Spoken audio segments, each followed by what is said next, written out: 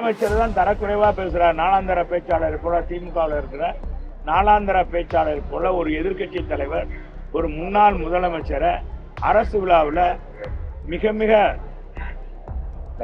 தரக்குறைவாக காது கூசும்படி கேட்பவர் மண் புண்படி கேட்பவர்களே ஒரு முதலமைச்சர் இப்படி பேசுறாரு ஐயா, முதலமைச்சரா இப்படி பேசுறது அப்படின்னு சொல்லி வருத்தப்படுற அளவுக்கு நம்ம காசுலயே இந்த முதலமைச்சர் இப்படி பேசுறாருன்னு சொல்லி ஏற்கனவே முதலமைச்சருக்கு எந்த விதமான ஒரு மதிப்பு மரியாதை இல்லை.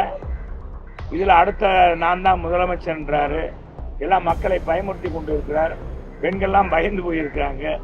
நாளுக்கு நாள் எடப்பாடியாருக்கு புகழ் கூடுவதா அடுத்த முதலமைச்சர் எடப்பாடியார் தான் என்பதை மக்கள் முடிவெடுத்ததுனால இன்னைக்கு தமிழ்நாட்டில் அதுவும் குறிப்பாக மேற்கு மாவட்டத்தில் போய் இன்னைக்கு கொல்லந்தெருவிலே ஊசி விற்பதை போல நம்ம முதலமைச்சர் அங்க போய் அந்த விவசாயிகளுக்காக எண்ணற்ற திட்டங்களை கொண்டு வந்து செயல்படுத்தியவர்.